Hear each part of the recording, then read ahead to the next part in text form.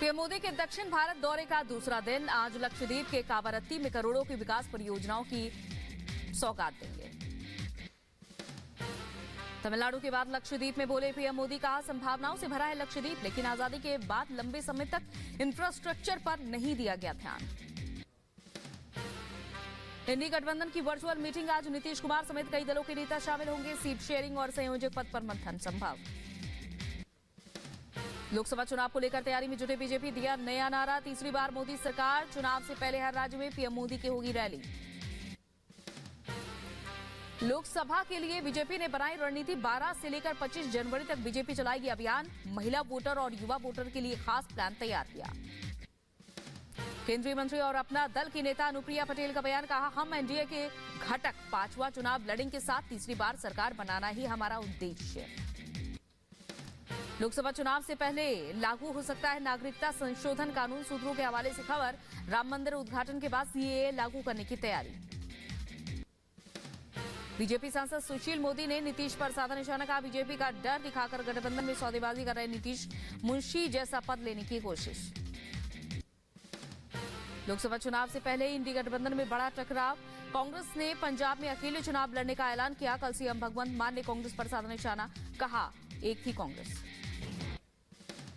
भगवंत मान पर कांग्रेस नेता संदीप दीक्षित का पलटवार, कहा बीजेपी की बी टीम के रूप में काम कर रही थी आप, आने वाले दिनों में सब कहेंगे एक थी पार्टी जो तिहाड़ में मिलती है।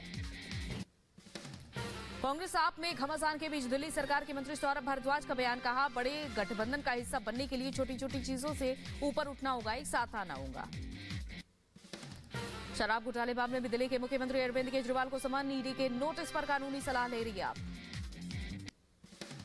केजरीवाल को समन पर बीजेपी ने कहा केजरीवाल लापरवाह नेता है, ईडी के समन पर केजरीवाल को पेश होना चाहिए, लेकिन बार बार बहाना बना रहे हैं। ईडी की जांच में शामिल नहीं होंगे झारखंड के सीएम हेमंत सोरेन, कहा ईडी के पास नहीं है सबूत। कल रांची में बुलाई है महागठबंधन के विधायकों की बैठक, पत्नी कल्पना सोरेन को सीएम बनाने की तैयारी। पत्नी को विधानसभा चुनाव लड़ने की संभावना को हेमंत सोरेन ने बताया कल्पना, कहा पत्नी को बागडोर सौंपने की मनगढ़ंत कहानी गढ़ रही है बीजेपी। झारखंड के सियासी हालात पर राज्यपाल सीपी राधाकृष्णन का बयान, कहा जिसने गलत किया उसे भुगतने होंगे परिणाम। सूबे की कानून व्यवस्था पर राजभवन की नजर। वाराणसी की ज्ञान वापी मामले को लेकर सुप्रीम कोर्ट में नई याचिका दाखिल, हिंदू पक्ष ने सील वजूखाने की सफाई की मांग की, कहा मछलियों के मरने से वजूखाने में गंदगी। अब जम्मू में भी लागू होगा कश्मीर सुरक्षा मॉडल, आतंकी घटनाओं पर लगेगी लगाम। 3 घंटे तक हाई लेवल बैठक के बाद गृह मंत्री का फैसला, आर्मी चीफ एनएसए उपराज्यपाल की मौजूदगी में चर्चा हुई। कैश फॉर क्वेरी मामले में टीएमसी सांसद महुआ मोइत्रा की बढ़ सकती है मुश्किलें, सूत्रों के हवाले से खबर। मामले में सबूत जुटाने का काम पूरा, शुरुआती जांच के बाद सीबीआई महुआ के खिलाफ दर्ज कर सकती है एफआईआर। सनातन अपमान पर सियासत करने वालों पर बरसे सीएम योगी, कहा कुछ लोग समाज में खाई पैदा करने में जुटे हैं और ऐसे लोगों में सावधान रहने की जरूरत है, गुलामी की मानसिकता से होना है मुक्त। केंद्रीय मंत्री गिरिराज सिंह का सिद्धरामैया पर हमला, कहा विनाशकाले विपरीत बुद्धि, भगवान राम के भक्तों से न भिड़े, आने वाले चुनाव में जनता एकजुट होकर जवाब देगी।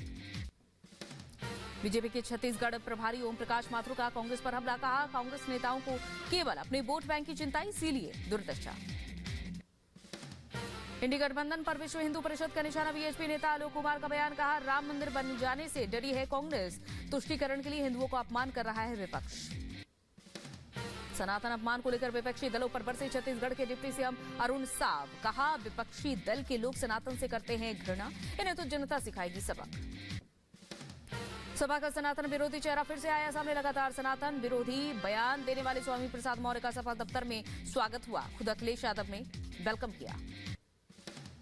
असदुद्दीन ओवैसी के भड़काऊ बयान के खिलाफ हिंदू सेना ने दिल्ली में शिरकत की, शिकायत की। ओवैसी ने मस्जिदें छीनने को लेकर भड़काऊ बयान दिया था।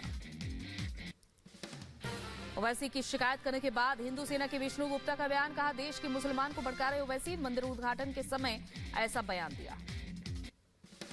केंद्रीय मंत्री